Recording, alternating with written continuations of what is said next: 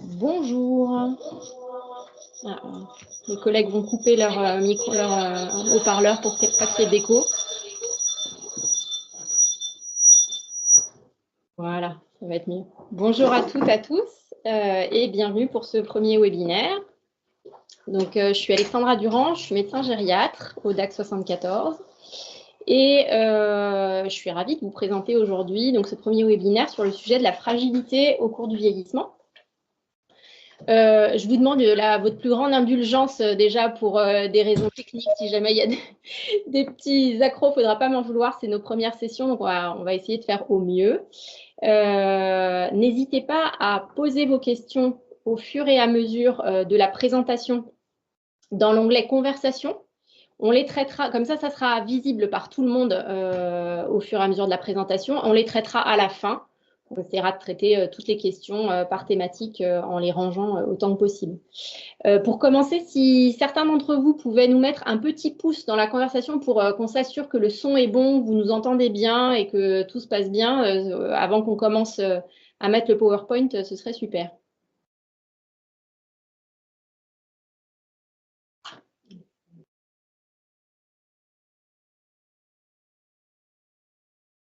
Est-ce qu'on a plusieurs doigts ou plusieurs mains qui se lèvent ou pas? Ouais, il y a des mains qui se lèvent. Ça a l'air d'aller. Ça a l'air OK. Ouais, je pense que c'est des... T'as vu Le son, oui, mais pas l'image.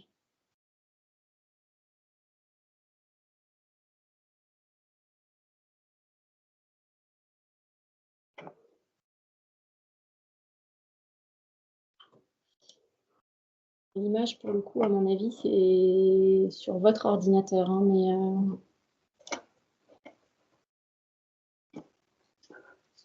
bon, on va lancer la présentation. Hop. Donc, je vous lance mon partage d'écran.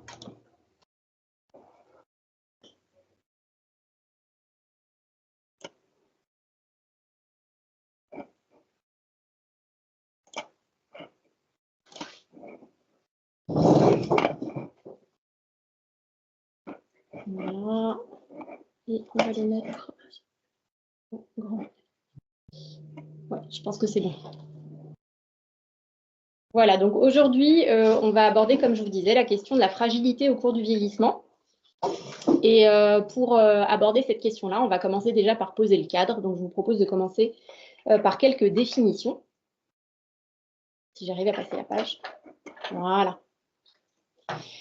Donc, quelques définitions de base. Donc, déjà, la gériatrie, c'est un mot qui vient du grec géron, qui veut dire vieillard, et ça désigne la spécialité médicale qui porte sur la médecine de la personne âgée. Je ne rentrerai pas dans le débat de savoir qu'est-ce que c'est qu'une personne âgée, parce que la définition de la personne âgée, elle change très régulièrement. Les seuils d'âge changent aussi très en fonction des équipes qui travaillent en gériatrie. Grosso modo, il faut retenir que pour les gériatres, une personne âgée, c'est à partir de 75 ans. Ensuite, la gérontologie, c'est un terme un petit peu plus large. Ça désigne la science qui étudie le vieillissement depuis ses origines jusqu'à ses conséquences. Et ça a un sens plus large parce que ça aborde des questions économiques, des questions démographiques, environnementales, et pas uniquement l'aspect médical scientifique. Voilà. Et puis enfin, la fragilité, c'est un mot qui vient du latin fragilis, qui est un adjectif qui veut dire cassant, périssable. Et donc, c'est le caractère de tout ce qui peut se casser facilement. C'est aussi synonyme de manque de solidité. Alors, la fragilité, on l'aborde au sens commun, au sens général du terme. Ce que je vous ai mis là, c'est la définition qui est donnée par le dictionnaire Robert. D'accord? Alors, pour continuer à poser le cadre, on a aussi besoin de savoir à quelle population on s'adresse, de quelle population il s'agit, et donc on a besoin d'avoir quelques notions démographiques.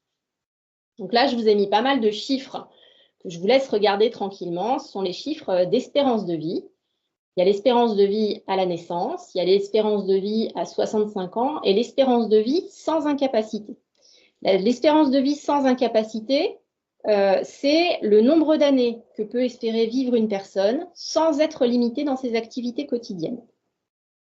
Alors, vous voyez que l'espérance de vie à la naissance, bon, il y a une inégalité entre les hommes et les femmes, hein, ça, je pense que tout le monde est au courant. Les femmes, leur espérance de vie, elle est de 85,2 ans et les hommes de 79,3 ans. C'est des chiffres que j'ai issus, je vous ai mis là les références, ce sont des chiffres issus de l'INSEE, hein, des données INSEE 2022.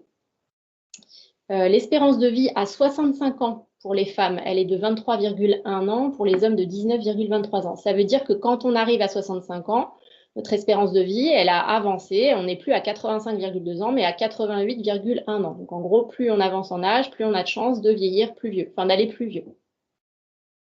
Et puis l'espérance de vie sans incapacité, à la naissance, elle est de 67 ans pour les femmes, 65,6 ans pour les hommes. Et à 65 ans, là aussi, quand on arrive jusqu'à l'âge de 65 ans, l'espérance de vie devient de 12,6 ans pour les femmes, ce qui nous amène à un âge de 77,6, et pour les hommes de 11,3 ans. Alors, pourquoi est-ce que c'est intéressant tous ces chiffres? Déjà, il faut savoir que sur les 15 dernières années, l'espérance de vie et l'espérance de vie sans incapacité à 65 ans, elles augmentent, et elles augmentent proportionnellement un peu plus rapidement pour ce qui concerne l'espérance de vie sans incapacité que ce qui concerne l'espérance de vie pure. Donc, grosso modo, si on veut essayer d'être un peu, pour résumer cette idée-là, plus on arrive à l'âge de 65 ans, plus on a de chances de vivre plus vieux que ce qu'on aurait pu attendre initialement à la naissance. Et en plus de ça, plus vieux et en meilleure santé. Donc, c'est plutôt une bonne nouvelle. Après, pour avoir une petite idée au niveau européen, j'ai aussi quelques chiffres. En France, au 1er janvier 2023, on avait 21,3% des habitants qui avaient 65 ans ou plus et 10% qui avaient 75 ans ou plus.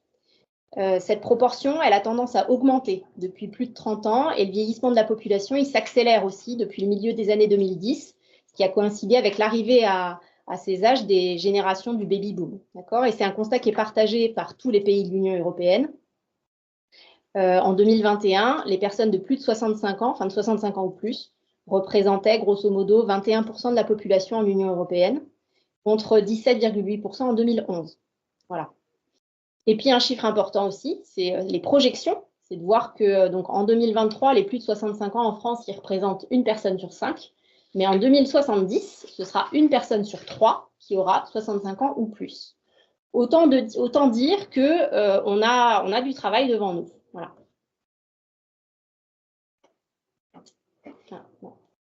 Hop.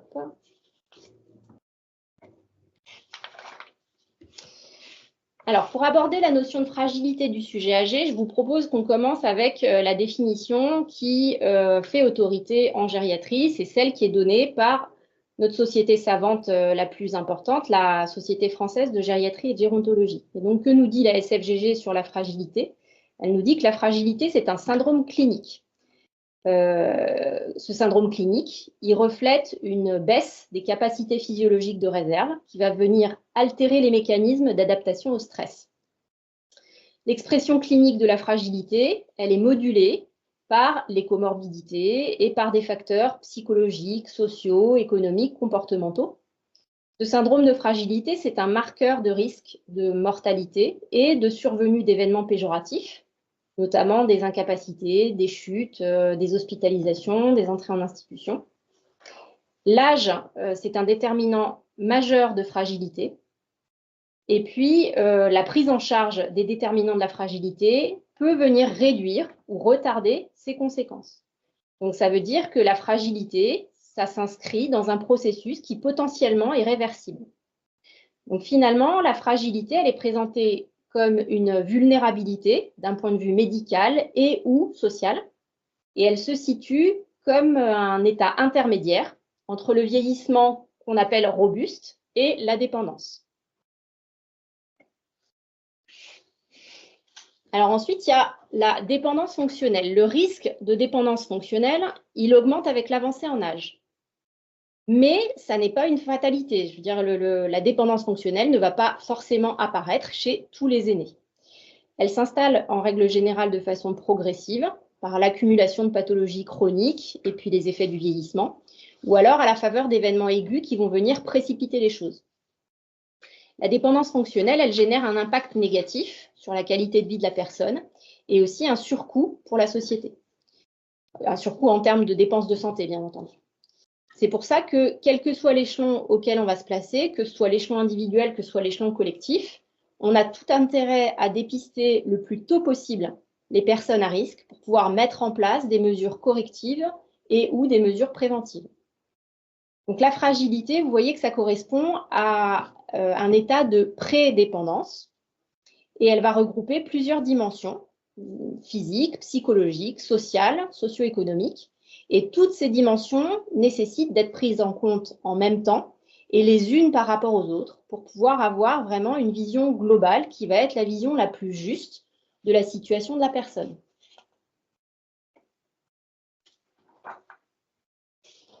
Alors, on va essayer maintenant de regarder un tout petit peu plus en détail comment ça se passe. Donc là, je vous propose d'aborder la question, enfin, j'ai choisi d'aborder la question de la fragilité physique, mais en réalité, la logique, elle va être à peu près la même, quelle que soit la dimension qu'on considère. Donc sur ce graphique, je vous présente la façon dont vont réagir une personne robuste, c'est la ligne en vert au-dessus du graphique, et une personne fragile, la ligne en rouge en dessous, vis-à-vis d'une agression externe. Alors l'agression, en l'occurrence, c'est ce qu'on appelle un facteur de stress. Quand il y a un stress qui se présente à l'organisme, ça peut être une infection, ça peut être une chute, un stress psychologique, ça va aller, l'organisme va chercher à faire fonctionner de façon accrue différents organes en allant puiser dans ses réserves physiologiques pour pouvoir lutter contre le stress qui lui est appliqué. Alors, chez une personne robuste, le stress ne va pas faire descendre les réserves de l'organisme en dessous du seuil de défaillance. La personne, elle va réussir à mobiliser ses ressources. Ces ressources, elles sont en quantité suffisante et ça va suffire à restaurer l'équilibre pour revenir à l'état antérieur. En revanche, chez une personne fragile, le stress va faire plonger les réserves fonctionnelles en dessous du seuil de défaillance et ça va entraîner une décompensation fonctionnelle, c'est-à-dire une situation de crise dont la réversibilité n'est absolument pas garantie, parce que quelquefois la récupération, elle ne se fait pas complètement. Et ça va venir s'exprimer cliniquement et ça pourra faire passer la personne à ce moment-là en état de dépendance. Une chose à savoir en plus, c'est que, indépendamment des pathologies chroniques et de l'âge, il se trouve que le risque de fragilité, il augmente de façon pas linéaire, c'est-à-dire de façon exponentielle avec le nombre de systèmes qui sont dérégulés. Ça, en fait, ça semble indiquer qu'il y a une sorte de cercle vicieux, une synergie délétère des différentes anomalies entre elles, qui, quand elles sont prises individuellement, sont plutôt bénignes, mais quand elles viennent s'ajouter les unes aux autres, c'est ça qui va faire la situation de crise. D'où l'importance d'une prise en charge globale, complète, qui tienne compte de tous les facteurs possibles de fragilité pour avoir une prévention efficace. Alors, s'il faut venir apporter quand même un petit focus positif dans tout ça, c'est qu'il faut rappeler que la grande majorité des personnes âgées vivent à domicile, sans incapacité significative, y compris dans les classes d'âge les plus avancées. Pour le dire autrement, si ces personnes âgées qui ont peu ou une seule pathologie, ou qu'on appelle polypathologique, c'est-à-dire qu'elles n'ont pas beaucoup de pathologies, ces personnes-là, elles vont évoluer de façon tout à fait comparable aux sujets adultes plus jeunes quand il y a une maladie aiguë, quand il y a une hospitalisation ou un stress physique ou psychique. Par contre, les personnes âgées dites fragiles, elles vont démasquer un état de vulnérabilité sous-jacent et elles peuvent entrer dans la dépendance.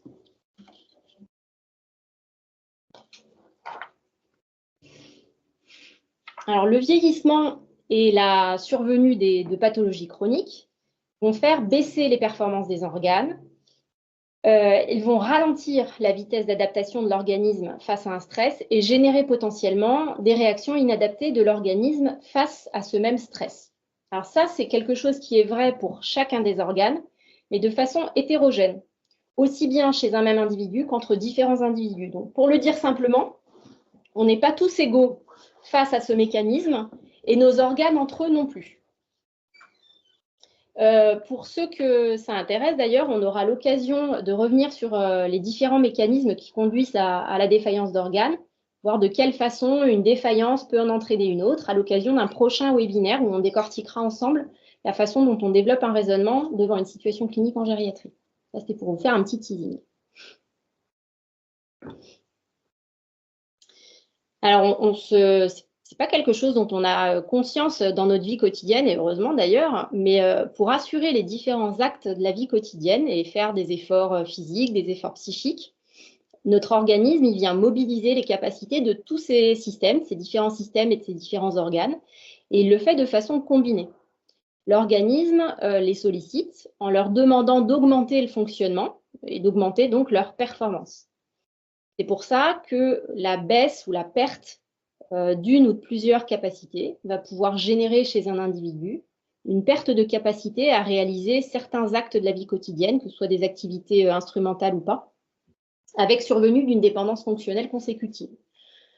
La fragilité va aussi s'accompagner malheureusement d'un risque accru de survenue d'événements de santé délétères, comme des pathologies aiguës, des hospitalisations, des institutionnalisations.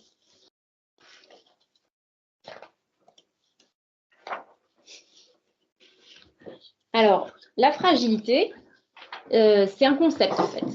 Et donc, pour ce concept, il était nécessaire de disposer d'échelles pour pouvoir la rendre concrète et la mesurer d'ailleurs, le cas échéant.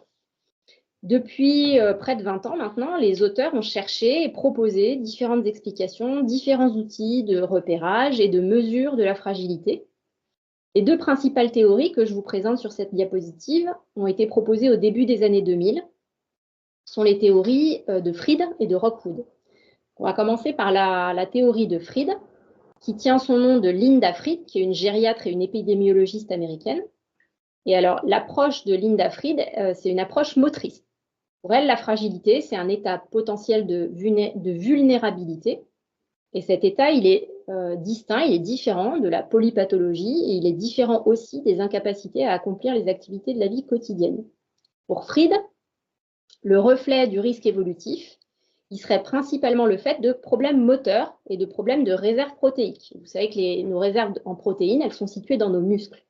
C'est pourquoi elles se concentrent, elles, sur des éléments de vigilance physique. Je vous les ai listés là, c'est la perte de poids, la faiblesse musculaire, la fatigabilité, la vitesse de marche et la réduction des activités. Selon l'échelle de Fried, un sujet robuste, il ne présente aucun de ces facteurs de fragilité. Et un sujet fragile, il présente au moins 3 facteurs de fragilité présents parmi les items qu'elle recherche. Ensuite, on a une autre approche qui est l'approche de Rockwood. Donc là, l'approche de Rockwood, c'est Kenneth Rockwood, qui est gériatre et médecin de santé publique au Canada. Et son approche à lui, elle est plus globale, elle est médico-psychosociale. Cette approche, qui est un peu plus complexe aussi à réaliser, elle conduit au calcul d'un index de fragilité qui repose sur une théorie d'accumulation en fait, de déficits et en plaçant tous les déficits au même niveau. Il n'y a pas de gradation d'importance. L'évaluation, elle comporte le recueil d'environ 90 items cliniques et biologiques. Donc, vous voyez, je vous disais, c'est quand même nettement plus compliqué à conduire.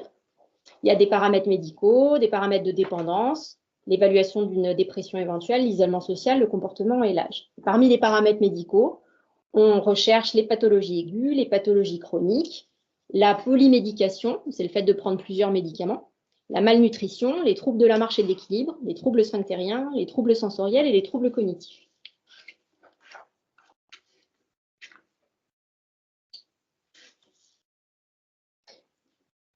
On va mettre en pause par contre. Ah, voilà. Elle s'est lancée sans que je le veuille. Donc, il y a de nombreuses initiatives qui sont développées autour de la sensibilisation à la fragilité du sujet âgé, son repérage et sa prise en charge. Alors, ce petit film que je vais vous montrer, il est proposé dans le cadre d'un kit de prévention de la fragilité qui a été élaboré par le DAC Appui Santé Pays de Rennes et Brocéliande. Et il vous montre un exemple avec une animation autour d'un cas clinique. Je vous laisse regarder la vidéo. Je vais monter le son parce que je me suis rendu compte qu'on n'entendait pas bien. Hop. Voilà. Et on pourra en reparler après. On va le reprendre au début. Voilà. Madame Tulip est une femme active et autonome. En préparant son repas, elle est tombée et a eu du mal à se relever. Elle a peur, limite ses déplacements et se sent triste. Son aide à domicile est alertée par ces changements récents. Elle s'inquiète, observe et essaie de comprendre. Sans tarder, elle décide d'en parler à sa responsable. Dans une équipe formée, on échange et on cherche des solutions. Pour Madame Tulipe, son médecin est informé. Repérage précoce et complémentarité vont permettre un accompagnement adapté. Bilan kiné, aide pour les repas, atelier de prévention. Madame Tulipe retrouve petit à petit son autonomie. Cette histoire n'est pas un cas isolé et d'autres facteurs de risque existent.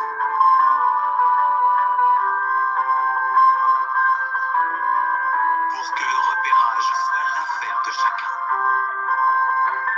des outils co-construits sont disponibles. Pour en savoir plus, retrouvez-nous sur notre site internet.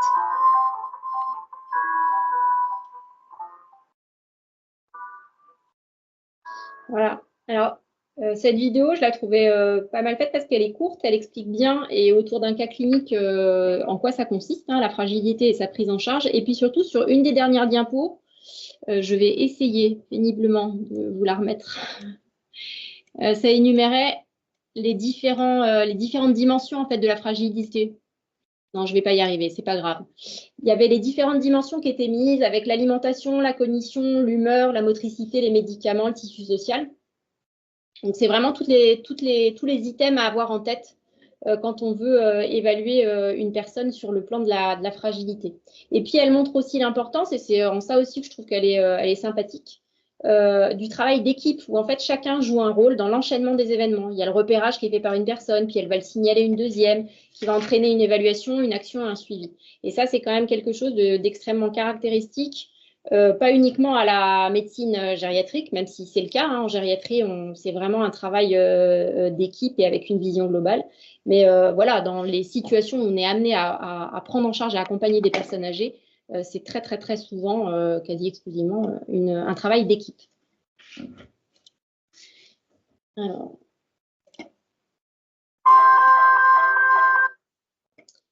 Voilà, les outils de repérage maintenant. Donc, il y a de nombreux outils de mesure de la fragilité.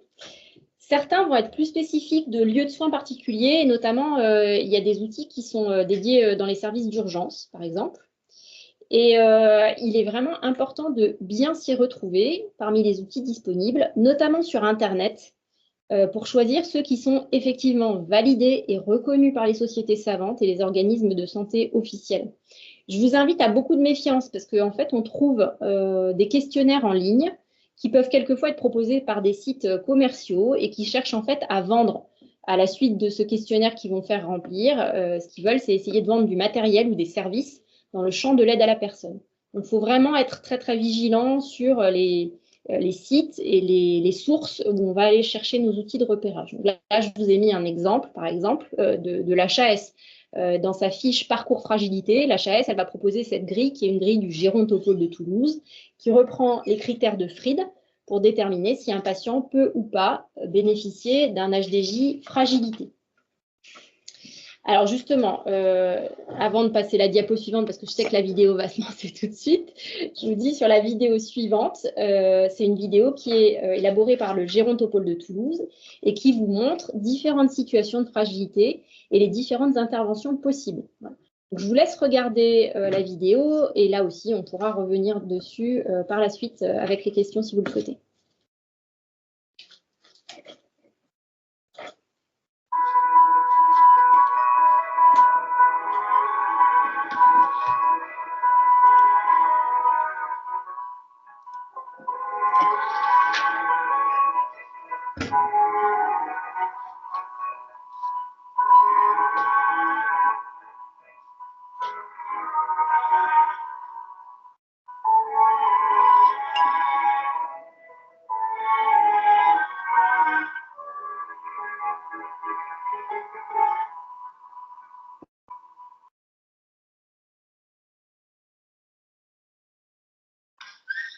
Quand nous avons accueilli Mme Dulac, elle était stressée.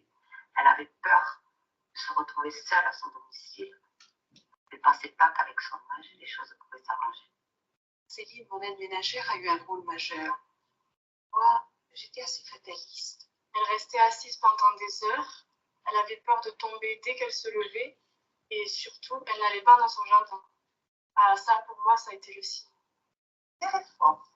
très fort, très fort, aussi fort que vous pouvez. Lors du bilan à l'hôpital de jour, les domaines de fragilité ont été identifiés. La patiente s'est plainte de difficultés à monter l'escalier. Nous avons expliqué qu'après une intervention, c'était normal de se sentir instable, d'avoir peur de tomber. Nous lui avons alors recommandé de renforcer ses muscles avec un kiné et surtout de reprendre confiance en elle. J'ai été très contente cette journée pour papa, autant sur le plan humain que médical.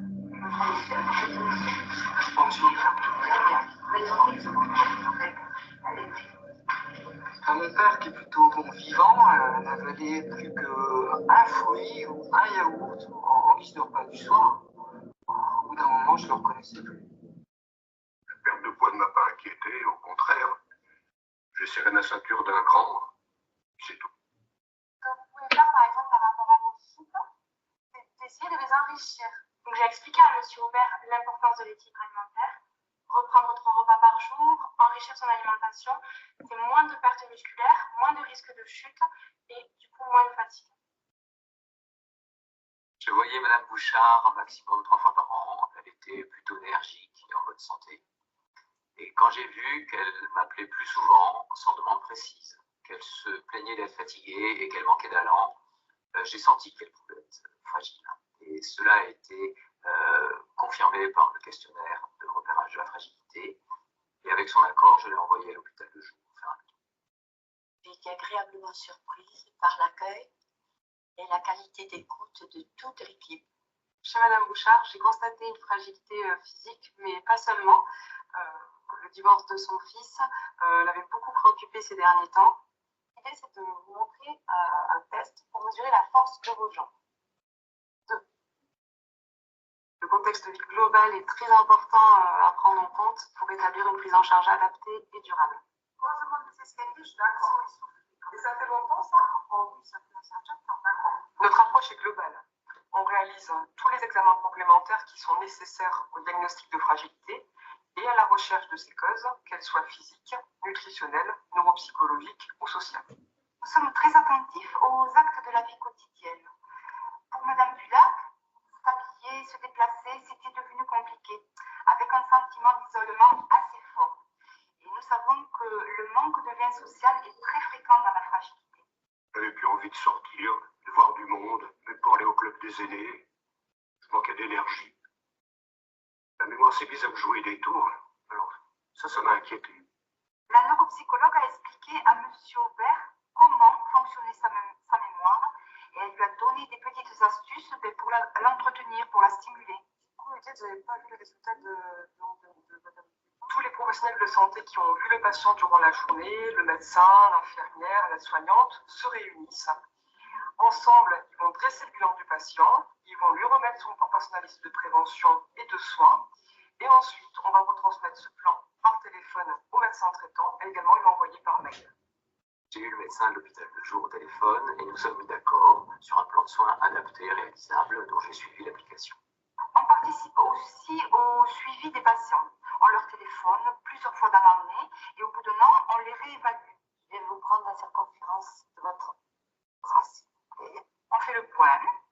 On regarde si les recommandations que nous avons données peuvent être mises en pratique et dans quelle mesure elles sont efficaces. Je me suis organisé différemment depuis sur les conseils de la diététicienne. Je fais venir mes repas. Comme ça, je suis sûr de manger plus équilibré et de faire 2 vrais repas par jour. J'ai même dû desserrer un peu ma ceinture. Quand la fragilité est détectée à temps, elle peut être réversible, contrairement à la dépendance. Avec un plan personnalisé de soins et de prévention, on peut agir. D'où l'importance de la détecter tôt. J'ai fait ma visite à 1 an et les retours sont très positifs. Je bouge mieux, plus. Le prof de gym m'a montré comment, avec des mouvements simples, maintenir ses progrès. Aujourd'hui, j'ai retrouvé une marche sûre. J'ai appris beaucoup de choses de cette expérience, mais une surtout, c'est que l'âge ne justifie pas tout. Il faut rester vigilant, il faut réagir. Vraiment, ça vaut le coup.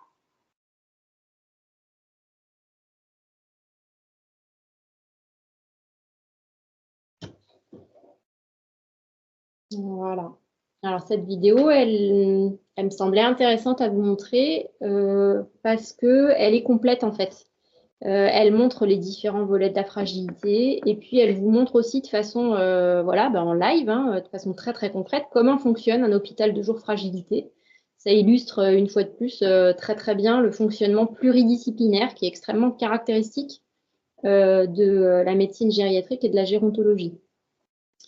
On est en train d'arriver sur la fin de la présentation. Je vous ai mis sur une diapo les principaux messages à retenir.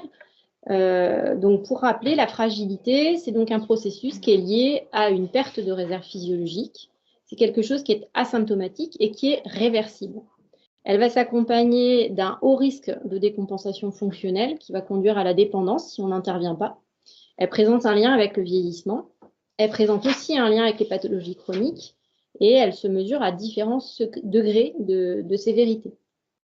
La fragilité, elle s'inscrit dans un continuum en fait.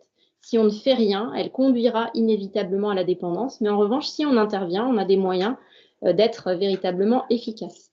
C'est pour ça que c'est une question de santé publique, aussi bien si on considère la qualité de vie de chaque individu que l'aspect économique en matière de coûts de santé pour la société. Et puis, pour finir, avant de vous quitter, je m'étais dit que ce serait une façon sympathique de finir en ouvrant une petite fenêtre sur la culture et la philosophie. Et comme je suis assez fan de culture japonaise, j'ai choisi d'illustrer la fragilité par toutes ces photos que vous avez peut-être remarquées sur les différentes diapositives et qui montrent des objets qui ont été réparés selon une technique qu'on appelle le kintsugi. Alors, le kintsugi, ça vient de kin qui veut dire or et tsugi qui veut dire jointure. C'est une technique japonaise qui date du XVIe siècle, qui est issue d'un courant de pensée qui s'appelle le wabi-sabi, qui est un concept presque philosophique qui consiste à voir la beauté dans la simplicité et dans l'imperfection. Et le kintsugi va consister à réparer en fait des objets, des céramiques, des poteries, en soulignant leurs imperfections avec de la poudre d'or, en rendant ainsi ces imperfections esthétiques plutôt que de les cacher. Historiquement, si ça vous intéresse un petit peu, c'est un général, un chef, un shogun, donc un chef militaire au Japon, qui avait cassé son bol préféré et qui avait voulu le faire réparer. Il l'avait renvoyé en Chine parce que c'était une poterie fine chinoise. Il l'avait renvoyé en Chine et puis on lui avait renvoyé son bol mal rafistolé. Il n'était pas content du tout. Donc, il avait piqué une colère et puis il avait demandé à ses artisans au Japon de revoir ça et de trouver une bonne façon de réparer son bol. Et donc, c'est le caprice d'un homme qui a fait naître le kintsugi, puisqu'ils ont trouvé cette technique avec des lacs, avec de la poudre d'or pour pouvoir réparer de manière esthétique et de manière de belle façon les objets. Et en fait, le kintsugi, c'est une véritable métaphore de la résilience qui peut s'appliquer aux événements de vie de tout un chacun, puisque c'est une pensée qui tend à valoriser le temps qui passe et les épreuves de l'existence. Et à travers ce courant, le cycle de la vie, il va être célébré comme une œuvre remarquable dont les défauts et l'usure naturelle viennent souligner la beauté. Et je trouvais ça plutôt sympa de clôturer par ça, parce que dans notre société, on valorise pas toujours, et c'est un euphémisme quand je dis ça, la vieillesse et la différence. On voit le vieillissement souvent uniquement au travers du prisme de la perte. Je trouve que c'est dommage et ça me semblait une belle métaphore qui nous permettra de regarder peut-être les rides et les cicatrices de manière différente. Voilà. Donc j'espère que ça vous a plu, que ça vous donnera envie d'aller découvrir un petit peu plus sur le sujet. Et je suis toute prête à partager plein de références pour ceux qui voudraient aller creuser la question. Voilà, donc on a fini la présentation. Je vais arrêter le partage d'écran, on va rebasculer sur la caméra et on va pouvoir passer à vos questions. Est-ce que c'est bon pour on voit plus le... C'est bon, ok, parfait.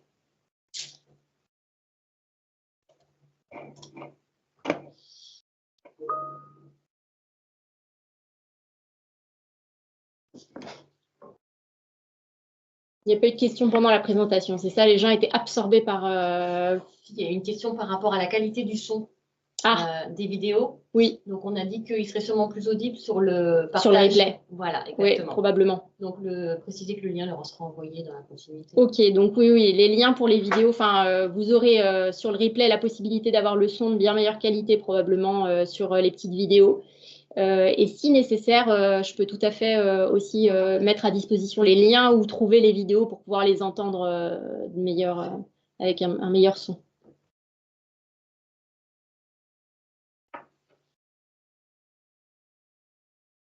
Vous avez le droit dans la salle aussi de poser des questions, je dirais aux collègues. Alors, est-ce qu'il y a un HDJ fragilité sur la Haute-Savoie? C'est ça? Oui, il y en a même plusieurs. Alors, pour le territoire que je connais le mieux, c'est-à-dire l'hôpital d'Annecy, il y a un HDJ fragilité au centre d'évaluation gérotologique, au CEG. Mais il y en a, je suis convaincue, à 99% sûre qu'il y en a aussi au Châle. Qu'est-ce qu'il y a d'autre comme hôpitaux sur la Haute-Savoie avec de la gériatrie? Thonon. Enfin, voilà, ça couvre déjà, de toute façon, ça couvre déjà le territoire. Salanches, possible. Les HDJ fragilité, en tous les cas, c'est un classique des services de gériatrie et des consultations de gériatrie. Donc, c'est quand même extrêmement fréquent qu'il y ait ces possibilités-là. J'ai aperçu une question, mais je n'ai pas... Peut-on avoir les noms de... Des noms. Ah, des outils de repérage de fragilité ARS. Ben, ça aussi, on pourra vous envoyer la référence. Il suffit de taper sur les moteurs de recherche, vous tapez parcours fragilité, fiche de repérage fragilité avec ARS ou HAS accolé et vous trouvez. Le programme ICOP. Qu'est-ce que j'en pense? J'en ai pas l'expérience, donc je vais pas pouvoir vous en parler comme de quelque chose que j'ai pratiqué. Je sais que ça existe, que c'est en train de se développer. Ça vient de Toulouse, justement, ça vient du Gérontopôle de Toulouse, si je dis pas de bêtises. Et je sais que c'est en train de se développer sur notre territoire. De toute façon, toutes ces expériences de repérage et de prévention me semblent intéressantes. Après, je ne sais pas si la diffusion, si l'information autour de ce programme est suffisamment large et si les gens ont vraiment... Enfin, en gériatrie, on en entend parler, mais en réalité, ce n'est pas tellement en gériatrie qu'on a besoin de ces programmes-là. C'est en médecine générale de ville, parce que vous l'aurez bien compris, la fragilité, ça ne concerne pas les patients qui sont déjà dépendants, ça concerne justement ceux qui sont soit sur des âges un tout petit peu plus jeunes ou sur des situations en tout cas où ils ne sont pas encore entrés dans la dépendance et où ils ne sont pas encore pris en charge en gériatrie.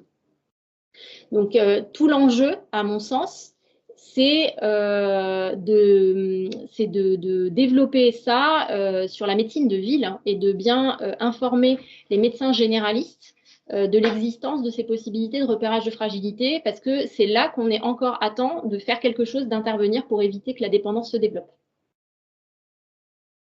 Demande d'HDJ se contacte systématiquement par via trajectoire. Pas du tout. L'HDJ, ce n'est pas une demande par via trajectoire, c'est une demande qui se fait auprès des... C'est comme une consultation, si vous voulez. Donc, ça se fait auprès des secrétariats des services concernés. Pour l'hôpital d'Annecy, par exemple, c'est au secrétariat de gériatrie qu'on fait une demande d'hôpital de jour. En fait, il y a hôpital dans HDJ, mais ça ne passe pas par via trajectoire, pas comme pour les demandes d'HAD. Ça n'a rien à voir.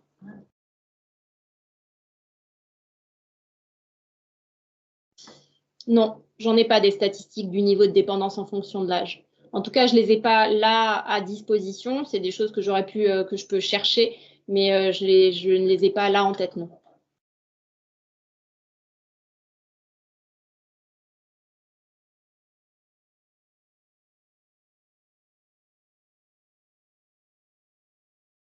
Mais en revanche, comme je disais à un moment donné dans la présentation, je pense qu'on a un regard biaisé quand on travaille au contact de personnes âgées parce qu'on ne voit que celles qui ont des problèmes. Enfin, c'est normal. Quand on est soignant en gériatrie ou auprès de personnes âgées, de toute façon, on voit ceux qui ont besoin de nous. Donc, on a tendance à penser qu'ils représentent la majorité des sujets âgés. Or, ce n'est pas le cas. La majorité des sujets âgés vivent chez eux et en globalement plutôt bonne santé et avec un niveau d'autonomie qui est plutôt correct. Voilà. Mais ce n'est pas ceux que nous avons en charge dans les situations qui nous concernent. Est-ce que la demande en hôpital de jour doit se faire par le biais d'un médecin? Alors oui et non, c'est-à-dire que l'hôpital de jour, il peut être initié par, ça peut être une famille qui se rend compte qu'il y a un besoin d'hôpital de jour pour aller dépister des choses, et puis même un patient lui-même hein, qui peut se dire qu'il irait bien faire un hôpital de jour parce qu'il sent que la situation est en train de se dégrader pour lui. Après, il y a toujours besoin d'un courrier médical qui va venir expliquer un petit peu les antécédents de la personne, son traitement. On a quand même besoin pour faire l'hôpital de jour, enfin les collègues qui font de l'hôpital de jour, ils ont quand même besoin d'avoir quelques éléments du contexte médical de la personne. Est-ce que les médecins généralistes sont sensibilisés à la question de la fragilité? C'est ça la question? Non, je pense pas assez. C'est ce que je disais. Je pense que c'est pas quelque chose qui est. Je pense que les médecins généralistes connaissent bien leur correspondant pour ce qui est de la gériatrie. Donc, ils savent à qui adresser quand il y a des troubles de mémoire, quand il y a une évaluation gériatrique globale à faire, voilà. Mais encore une fois, là, on arrive un tout petit peu après la bataille si on en est là. Je ne suis pas sûre que les médecins généralistes, en revanche, se disent que sur une situation qui commence à se détricoter un petit peu, où on sent que ça commence à être compliqué pour la personne qu'on a en face de nous, quelquefois, et c'est dans la population générale, mais c'est aussi chez les médecins, hein, chez les collègues médecins, on se dit oui, bah, c'est l'avancée en âge, quoi. Enfin voilà, c'est normal, on avance en âge, il y a des choses qui commencent à pas aller bien et on ne va pas pouvoir y faire grand-chose. C'est pas vrai, ça c'est pas vrai. Du coup, je ne suis pas convaincue que tous les médecins généralistes soient parfaitement au fait déjà de comment dépister, mais ça, à la limite, c'est pas tellement. Enfin, voilà, ils sont pas obligés de connaître tous les outils de repérage. Ma foi, ils peuvent pas non plus tout savoir gérer. Mais est-ce qu'ils savent qu'il y a des moyens, des consultations spécialement dédiées à ça? Et des possibilités justement pour agir sur les situations de fragilité, j'en suis pas convaincue. Après, le travail, il est aussi à faire dans l'autre sens, c'est-à-dire quand il y a un hôpital de jour, quand il y a une consultation, c'est de régulièrement, de notre côté à nous, informer, communiquer autour de l'existence de ces consultations et de ces hôpitaux de jour pour rappeler quelles sont nos indications, quel est notre mode de fonctionnement, voilà, et pouvoir diffuser s'il y a des flyers qui sont disponibles, à pouvoir les diffuser régulièrement, enfin voilà. Et pour le coup, ce travail-là, c'est pareil, hein, on va pas, tout n'est pas sur. Je ne suis pas du tout en train de charger les médecins généralistes sur le fait qu'ils ne sachent pas. Je pense que l'information, il faut qu'elle aille dans les deux sens. Je vois une question. Et si pas de médecin traitant? Quand il n'y a pas de médecin traitant, je pense que certains hôpitaux de jour doivent accepter quand même de prendre les patients, même s'il n'y a pas de médecin traitant. Parce qu'en hôpital de jour, s'il y a un besoin de prescription, la prescription pourra toujours être faite par le médecin qui verra la personne en hôpital de jour. Après, comme souvent, on va être sur quand on va dépister un élément un secteur un domaine de fragilité, pardon, et on va en gros donner un plan d'action, hein. On va dire, bah voilà, il va falloir mettre en place ça et ça et ça. Il faut bien qu'il y ait quelqu'un derrière pour suivre la situation. C'est sûr que s'il n'y a pas de médecin traitant, c'est un tout petit peu plus compliqué. Mais pour l'hôpital de jour, je pense que ça dépend des hôpitaux et ça dépend des équipes. Certaines vont peut-être mettre la limite de s'il n'y a pas de médecin traitant, on ne prend pas les patients, mais c'est pas une généralité.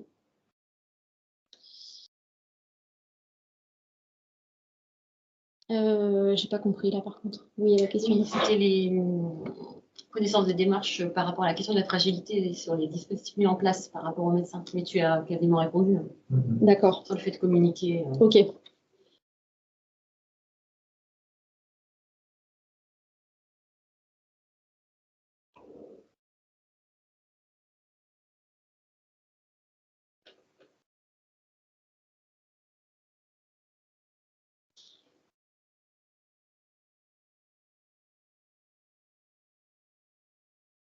Je ne vois pas d'autres questions arriver.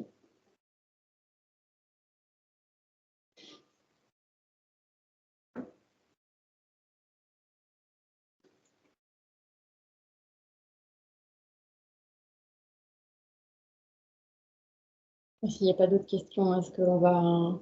Je vais vous proposer d'arrêter du coup la vidéo si tout est clair. On vous fera, on fera parvenir les liens du coup. Oui.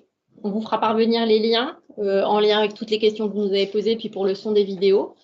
Et puis, merci beaucoup à tous de votre participation. J'espère que ça vous a intéressé, que ça vous a plu.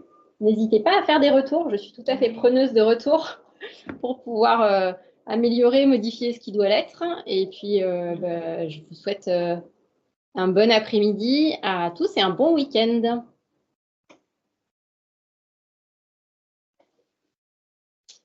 Et on va quitter.